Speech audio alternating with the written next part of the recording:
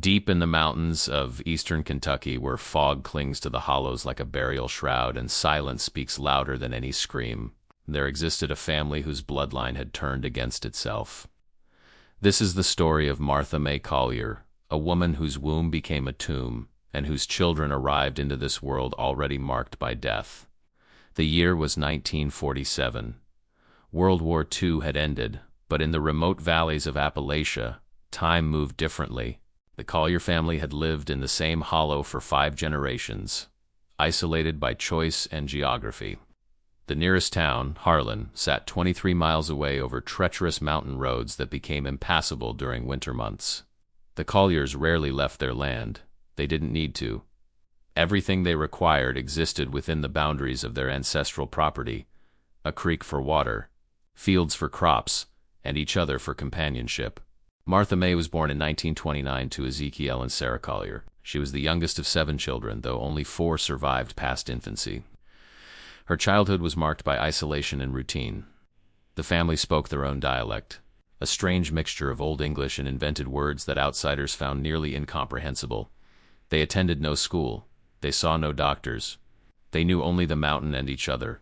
When Martha May turned 16 in 1945, her father arranged her union with her first cousin, Thomas Collier. This was not unusual in the Hollow. The Colliers had been intermarrying for generations. Ezekiel himself had married his uncle's daughter. His father before him had taken his own niece as wife. The family tree had long ago stopped branching outward and instead had twisted back upon itself, roots tangling with branches until the whole structure became a knot of repeating names and shared blood. Thomas was 24, a quiet man with a pronounced limp, and eyes that sat too far apart on his narrow skull. He had been born with a cleft palate that made his speech difficult to understand. His hands trembled constantly, a condition that worsened with age. But in the Collier family, these were simply the marks of their lineage, accepted as normal variations rather than warning signs of genetic collapse. Martha May and Thomas lived in a cabin built by Thomas's grandfather, a structure that leaned slightly to one side and let in cold air through gaps in the walls. The furniture was handmade, crude but functional. A single fireplace provided heat and cooking capability. They had no electricity, no running water, no connection to the outside world except for rare trips to trade goods in town. Martha May became pregnant in the spring of 1946. She was 17 years old. The pregnancy proceeded normally at first, though she experienced severe nausea and fatigue that confined her to bed for weeks. Sarah, her mother, attended to her with remedies passed down through generations, teas made from roots, poultices applied to her swelling belly, prayers whispered in the darkness. In January 1947, Martha May went into labor. The birth lasted 36 hours. No doctor was present, only Sarah and Thomas's mother, Rebecca. When the child finally emerged, the women fell silent. The infant, a boy they named Ezekiel Jr., was alive but profoundly malformed. His head was misshapen, elongated, and compressed on one side. His eyes bulged from their sockets, unable to close completely. His arms were twisted, the bones bent at unnatural angles. His skin had a grayish pallor, as though life had already begun to drain from him. The baby made no sound. He breathed in shallow, rapid gasps. His tiny chest heaved with effort. Martha May held him for 3 days, watching as he slowly faded. He never nursed. He never cried. On the 4th day, his breathing stopped. They buried him behind the cabin, in ground so frozen they could barely break the earth. Martha May's second pregnancy came within months. She conceived again in the summer of 1947, and by spring of 1948 she delivered another child. This one was a girl, named Sarah, after her grandmother. Little Sarah was born with more visible problems. Her spine curved severely, creating a hump on her back that made her body seem broken even in infancy. One of her legs was significantly shorter than the other, ending in a clubfoot. Her jaw protruded forward, preventing her mouth from closing properly. Drool constantly leaked from her lips, but unlike her brother, Sarah lived. She grew slowly, never reaching the developmental milestones that even the isolated Colliers recognized as normal. 6 months she could not lift her head. At 1 year she made no attempts to sit up. Her eyes tracked movement, suggesting some level of awareness, but she never smiled. Never made the cooing sounds of infancy. She simply existed, breathing and eating, but never truly living. The family cared for her as best they could. Martha May spent hours each day feeding Sarah with a cloth soaked in milk, as the child could not coordinate the movements necessary to nurse. Thomas carved a special cradle that accommodated her twisted spine. They loved her in the way people love something broken that they feel responsible for protecting. In 1949, Martha May conceived for a third time. The pattern was establishing itself, though no one in the family had the knowledge to understand what was happening. The child born in early 1950 was another boy, named Thomas Jr. He arrived with a head too large for his body, filled with fluid that caused the skull to expand grotesquely. His eyes were pushed to the sides of his head by the pressure. His fontanelles, the soft spots on an infant's skull, never closed. The skin stretched thin across his swollen head, veins visible beneath like a road map of suffering. Thomas Jr. lived for 2 weeks. His breathing was labored from birth, his body unable to coordinate the basic functions of survival. He had seizures that contorted his small frame, his back arching until it seemed his spine might snap. Martha May held him through each episode, tears streaming down her face, praying to a God she had been taught cared for even the least of his creatures. When Thomas Jr. died, something broke in Martha May. She was 21 years old and had buried 2 children, while caring for a third who would never grow beyond infancy. The other women in the hollow whispered that she was cursed, that she carried death in her womb. But the truth was far more mundane and far more terrifying.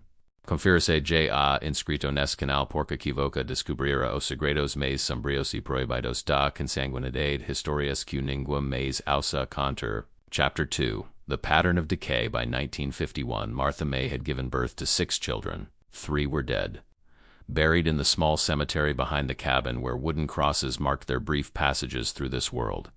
Sarah, now 3 years old, had not grown or developed. She remained infant-sized, her body refusing to mature, trapped in a state of perpetual helplessness. 2 other children had been born in the intervening years, each carrying their own catalog of deformities. The 4th child, a boy named Jacob, born in late 1950, had survived past infancy but presented his own horrifying array of problems. His eyes were clouded with cataracts from birth, rendering him functionally blind.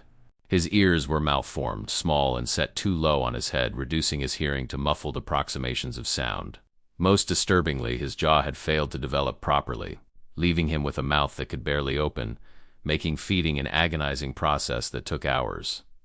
The 5th child, a girl named Rebecca after Thomas's mother, arrived in 1951. She was born with her internal organs partially visible through a defect in her abdominal wall. The skin had failed to close completely during development, leaving a portion of her intestines exposed.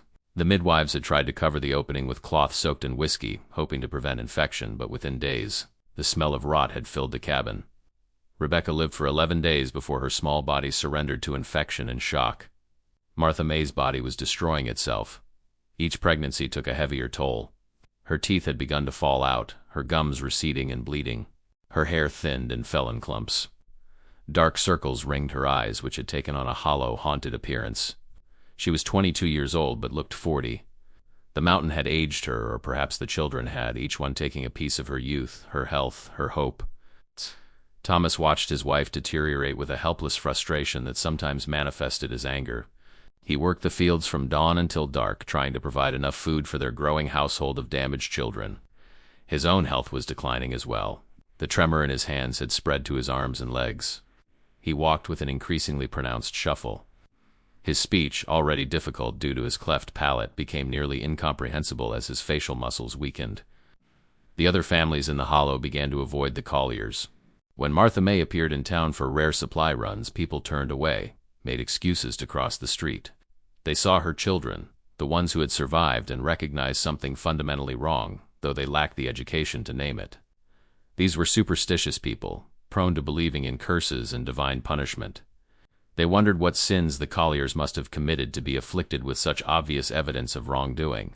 But the Colliers were not being punished by any god. They were being destroyed by mathematics, by the cold equations of genetics that care nothing for love or intention. Every human carries recessive genes, mutations that are typically harmless when paired with a normal copy from the other parent. But when close relatives reproduce, the probability of 2 copies of these harmful recessive genes combining increases dramatically. In the Collier family, 5 generations of cousin marriages had created a genetic bottleneck. The same damaged genes circulated through the bloodline, appearing and reappearing with increasing frequency. With each generation, the genetic diversity decreased.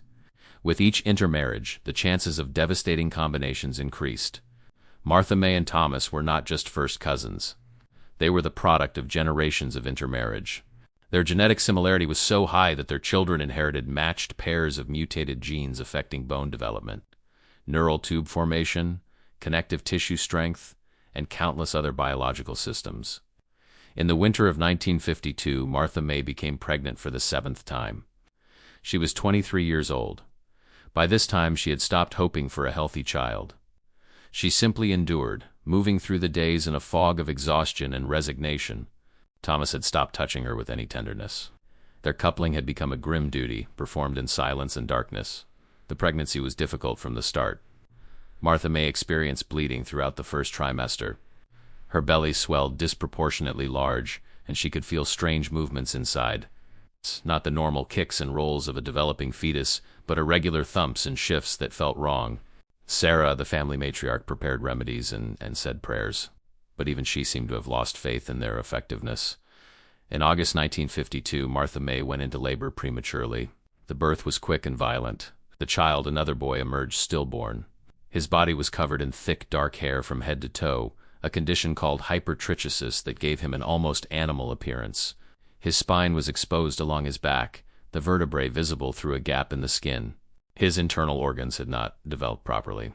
An autopsy, had one been performed, would have revealed kidneys that were fused together and lungs that had never fully formed.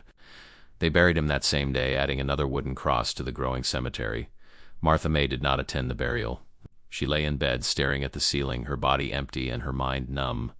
She had begun to understand in some instinctive way that transcended education or formal knowledge, that her womb had become a place where life went to die. Chapter 3. The Hollow's secret, the year 1953, brought no relief to the Collier family. Martha May, now 24, was pregnant again. This would be her 8th child. Sarah, now 5 years old, remained developmentally frozen at an infant stage, requiring constant care. Jacob at 3 had learned to navigate his blind and deaf world through touch, but his jaw problems meant he could only consume liquids and soft foods painstakingly prepared by his mother. The newest addition to this collection of suffering was born in March 1953, a boy they named Daniel. He arrived with a condition that made him appear as though he had been partially melted. His facial features were asymmetrical to an extreme degree, with one side of his face drooping significantly lower than the other. His skull bones had not fused properly, leaving soft spots that pulsed visibly with his heartbeat. Most alarming was his breathing, a wet, gurgling sound that suggested fluid in his lungs that his body could not clear. Daniel lived for 6 months. During that time, Martha May barely slept, constantly monitoring his breathing, clearing his airway, trying to keep him alive through sheer force of will. When he finally died in September, she felt a guilty sense of relief mixed with her grief. She was exhausted beyond measure, running on instinct alone, caring for 3 severely disabled children while her body prepared to create another. The community's response to the Collier situation was complex and contradictory. On one hand, Christian charity demanded some level of assistance. Church members occasionally dropped off food or clothing, leaving items on the porch without knocking, avoiding direct contact. On the other hand, the visible evidence of the Collier situation created fear and revulsion. People spoke in whispers about what happened when families became too close, when the bloodline turned in on itself. An elderly woman named Mrs. Hester, who ran the general store in Harlan, finally took action. In the fall of 1953, she contacted a circuit-riding doctor named Coleman who visited remote communities several times a year. She described the Collier situation in terms that finally penetrated his professional detachment. He agreed to make a visit to their hollow. Dr. Coleman arrived at the Collier cabin in November 1953. He was 56 years old, a man who had seen poverty, neglect, and suffering throughout his career in Appalachia. But nothing had prepared him for what he found in that cabin. Sarah, now 5.5, lay in a cradle built for an infant. Her body twisted and underdeveloped, her eyes tracking him with an awareness that made his skin crawl. Jacob, blind and deaf, rocked back and forth in a corner, his malformed jaw giving his face a grotesque appearance. Another child, a girl born earlier that year, sat propped against a wall, her head lolling to one side, drool pooling on her dress. Martha May herself appeared near death. At 24, she looked 50. Her skin had a grayish pallor. Her hair hung in thin, greasy strands. Her eyes were sunken and lifeless. She was 7 months pregnant with her 9th child. Dr. Coleman examined each child, documenting what he found with a growing sense of horror. The pattern was unmistakable. These were not random birth defects or bad luck. This was the systematic genetic collapse of a family that had interbred for too long.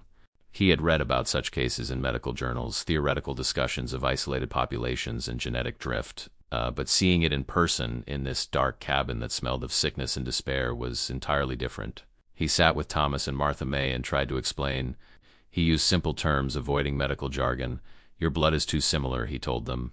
"When cousins have children, sometimes bad things get passed down from both sides. It's like mixing the same paint over and over, it gets muddier each time." Thomas stared at him with incomprehension. Martha May simply nodded, too exhausted to process information that might have changed their course years earlier. Dr. Coleman made a recommendation that shocked them: no more children. He explained about prevention, about spacing, about the necessity of ending this cycle, but his advice fell on deaf ears. The Colliers had no concept of family planning. Their religion, such as it was, viewed children as blessings from God, not matters of choice. And more fundamentally, they lacked the agency to imagine a different life. Before leaving, Dr. Coleman did something unusual. He wrote a detailed report of his findings and submitted it to the State Health Department in Frankfurt. He included descriptions of each child, estimates of their life expectancies, and a strong recommendation for intervention. The report disappeared into bureaucratic channels and generated no immediate response. Martha May gave birth to her 9th child in January 1954, a girl they named Martha Jr. She was born with a condition called microcephaly. Her head was dramatically smaller than normal, indicating severe underdevelopment of the brain. Her skull was misshapen, pointed at the top. Her eyes were wide-set and unfocused. She made no sounds except for a high-pitched whine that continued almost constantly. She would never speak, never walk, never recognize her own mother. By this point, Martha May had stopped naming her children with any hope attached to those names. They were simply labels for bodies that would either die or persist in states that resembled death. She moved through her days mechanically, feeding and cleaning children who could not thank her, burying others who could not protest. At the most strategic moment, when the weight of Martha May's suffering seems unbearable, I invite you to do something. In the comments below, type these words: "I see you, Martha May." Let her know, across the decades, that her pain is witnessed, that she is not forgotten. Chapter 4. The investigation in the spring of 1954. Dr. Coleman's report finally reached someone who cared enough to act. Dr. Helen Pritchard, a researcher at the University of Kentucky studying hereditary conditions in isolated populations, read Coleman's account with growing fascination and horror. She saw in the Collier family a case study that could illuminate the dangers of inbreeding, provide data for genetic research, and perhaps, if intervention came quickly enough, prevent further tragedy. Dr. Pritchard was 42 years old, a woman who had fought her way through medical school at a time when female doctors were rare and often dismissed. She had developed a thick skin and a determination to pursue truth regardless of social comfort. She requested permission to visit the Collier family and conduct a thorough study. She arrived at the Hollow in June 1954, accompanied by a younger colleague, Dr. Robert Chun, who specialized in pediatric medicine. They brought medical equipment, cameras, and recording devices to document what they found. The Colliers, unused to visitors and particularly unused to professional people showing interest in their situation, were initially suspicious. But Martha May, now 25 and visibly deteriorating, agreed to let them examine the children. What Dr. Pritchard and Dr. Chun documented over the next 3 days became one of the most comprehensive studies of inbreeding, depression in humans ever conducted. They examined 6 living children ranging from 7 years old to 6 months. They photographed the children from multiple angles, noting every visible deformity. They measured skull circumferences, limb lengths, and developmental markers. They interviewed Martha May and Thomas about the family history, slowly piecing together the genealogy that had led to this disaster. The family tree they constructed was devastating in its simplicity. The Colliers had been intermarrying since at least 1847, when the first generation settled in the Hollow. Great-grandfather had married great-aunt. Grandfather had married his first cousin. Father had married his uncle's daughter. The same names appeared over and over, the genetic pool shrinking with each generation until it became a puddle rather than a pool. Dr. Pritchard calculated that Martha May and Thomas shared approximately 37.5% of their DNA, far higher than the 12.5% typical of first cousins due to the accumulated intermarriage in previous generations. This meant their children had a tremendously high probability of inheriting 2 copies of any harmful recessive gene present in the family line. The doctors identified at least 12 distinct genetic disorders present in the Collier children. Some conditions were well known: cleft palate, clubfoot, microcephaly. Others were rare syndromes, typically only seen in isolated populations or consanguineous marriages. Several children showed combinations of conditions that suggested multiple genetic mutations acting simultaneously. Most heartbreaking was the doctor's prognosis for the surviving children. Sarah, at 7, had the physical and mental development of a 3-month-old infant. She would never walk, talk, or live independently. Jacob's blindness and deafness, combined with his jaw deformity, meant he would require total care for life. The younger children showed even more severe impairments. Dr. Chun estimated that none of the children would survive beyond age 15, and most would die much younger. Dr. Pritchard sat with Martha May on the 3rd day of their visit. She tried to explain, in clear terms, what had happened. "Your children are dying because of the family marriages," she said gently. "When relatives have children together, bad genes get doubled up. Your babies are born with things wrong that can't be fixed." Martha May listened with an expression that was difficult to read. Exhaustion?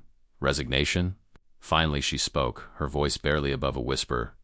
"I know. I've known since Sarah. I can feel it when they're growing inside me. Something's wrong from the start. But what am I supposed to do? This is my family. This is my husband. I can't just leave." And there was the heart of the tragedy. Martha May was trapped by geography, by culture, by poverty, by religion, by love, by duty. She could no more choose to leave than she could choose to stop breathing. The hollow was her entire world, and the rules of that world had been established long before her birth. Dr. Pritchard made a recommendation to the state authorities. The Collier children should be removed from the home and placed in specialized care facilities. Martha May should be provided with medical intervention to prevent future pregnancies. Thomas should receive counseling about the genetic dangers of their situation. The family should be relocated, if possible, to a community with more diversity and less isolation. None of these recommendations were implemented. The state lacked the resources and the political will to intervene in a remote family's private affairs. The Colliers had committed no crime. They were poor and isolated, but not actively neglectful. Their situation was tragic, but not illegal. Removing children from their parents required evidence of abuse or immediate danger. And while the children's conditions were severe, they were being fed and sheltered to the best of the family's ability. Dr. Pritchard left the Hollow in late June 1954, carrying boxes of documentation, photographs, and measurements. She published her findings in the Journal of Medical Genetics in early 1955, using pseudonyms to protect the family's identity. The article, titled Genetic Consequences of Extended Consanguinity in an Isolated Mountain Population, became a landmark study, cited for decades by researchers studying the effects of inbreeding. But for Martha May, the study changed nothing. She was pregnant again by the fall of 1954, her 10th child. Chapter 5, the final chapter. Martha May Collier's 10th child was born in May 1955. Another boy, named Ezekiel III, after the grandfather and the first dead son. He arrived with a condition that made Dr. Pritchard's documentation seem prophetic. His bones were so fragile that the birth process itself caused multiple fractures. His ribs were visible through his translucent skin, bent at angles that suggested they had broken and healed incorrectly while still in the womb. His skull was soft, collapsing slightly under even gentle pressure. Ezekiel III lived for 18 days. During that time, Martha May held him almost constantly, afraid that setting him down would cause further injury to his fragile body. She fed him drops of milk with an eyedropper, watched his shallow breathing, and waited for the inevitable end. When it came, she felt numb rather than grief-stricken. She had run out of tears years ago. The child's death brought a crisis in Martha May herself. At 26 years old, her body had been pregnant or recovering from pregnancy for nearly 10 consecutive years. She had carried 10 children, buried 5, and was caring for 5 severely disabled offspring who would never grow up, never leave home, never live normal lives. The physical toll was catastrophic. Her bones had weakened from repeated pregnancies and poor nutrition. Her teeth were nearly gone, making eating painful. Her uterus had begun to prolapse, causing constant pain and bleeding. In August 1955, Martha May collapsed while working in the garden. Thomas found her lying in the dirt, conscious but unable to rise. He carried her inside and sent word to Mrs. Hester at the general store, who contacted Dr. Coleman. The doctor arrived 2 days later, examined Martha May, and delivered a stark assessment. Her body was shutting down. Years of malnutrition, repeated pregnancies, and the stress of caring for severely disabled children had pushed her beyond her limits. Dr. Coleman insisted she'd be taken to the hospital in Lexington, over 100 miles away. Thomas resisted at first, the cost, the distance, the disruption to the family, but the doctor was adamant. "If she stays here, she'll be dead within a month," he said bluntly. Martha May spent 6 weeks in the hospital. Doctors there treated her for severe anemia, malnutrition, infections, and the physical damage from repeated childbirth. They also took steps to ensure she would not become pregnant again, performing a procedure without fully explaining it to Martha May or seeking explicit consent. A decision that reflected both the paternalism of the era and genuine concern for her survival. When Martha May returned to the Hollow in October 1955, she found that one of her children had died in her absence. Martha Jr., born with microcephaly 16 months earlier, had succumbed to pneumonia. She was buried next to her siblings in the growing cemetery. Martha May stood at the gravesite and felt nothing. The capacity for grief had been used up. The years that followed brought slow decline rather than dramatic events. Sarah died in 1958 at age 10, her body finally giving out after a decade of barely functioning. Jacob survived until 1961, dying at age 11 from complications related to his multiple conditions. The other children followed in succession, none reaching age 13. Each death was both a tragedy and a release from suffering for the children, a reduction in the overwhelming burden of care for Martha May. By 1965, all of Martha May's children were dead. 10 pregnancies had produced 10 children, and all 10 had either died in infancy or childhood. The wooden crosses behind the cabin marked the entirety of her reproductive life, a decade of pregnancy and loss that had consumed her youth and destroyed her health. Thomas died in 1967 at age 46, his body worn out by years of hard labor and genetic conditions that had been slowly worsening throughout his life. Martha May lived on alone in the Hollow for another 12 years. She never remarried, never left the mountain. Neighbors occasionally checked on her, leaving food on the porch. She was seen rarely, a ghost haunting the place where her life had unfolded and ended while she still breathed. Dr. Helen Pritchard continued her research on isolated populations and genetic diseases.